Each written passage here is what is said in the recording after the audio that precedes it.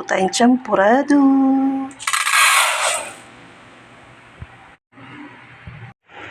Natin. Ito ihalo natin ngayon. Manood tayo.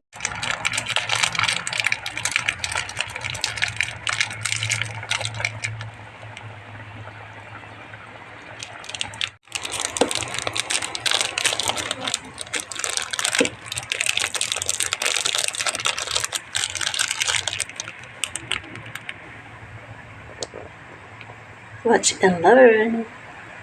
Discarding champurado ang tawag dito.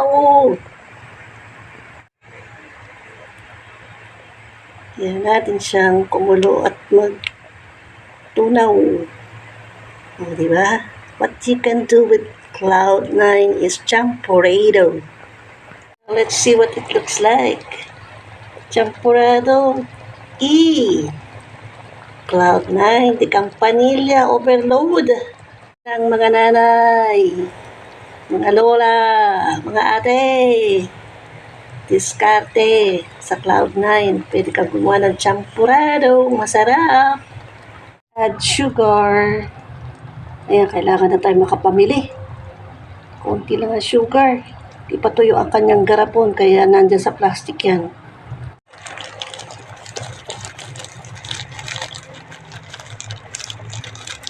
Sugar. Sugar, sugar.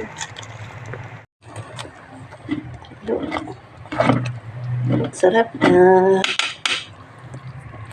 Mainit pa, kumukulo talaga ng gusto. Try this recipe. Lagyan nyo ng konti lang na sugar kung natatabangan kayo. Then add milk. Ayan na ang ating finished product na champurado with a twist of Cloud9. Yes! Sarap.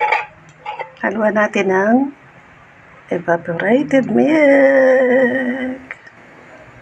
Oh, ano masasabi mo? Masarap yan. Yan. Champurado con tuyo. Ang sarap ng pagkain natin. Kapag tag-ulan at kailangan mong dumiskarte ng pagkain, lalo sa mga anak mo, apo mo, ayan na. Pero ang tuyo, maaaring hindi nila kainin. Pero ang champurado, naku naman, napakasarap naman ito. Yes! Champurado con tuyo. Yes!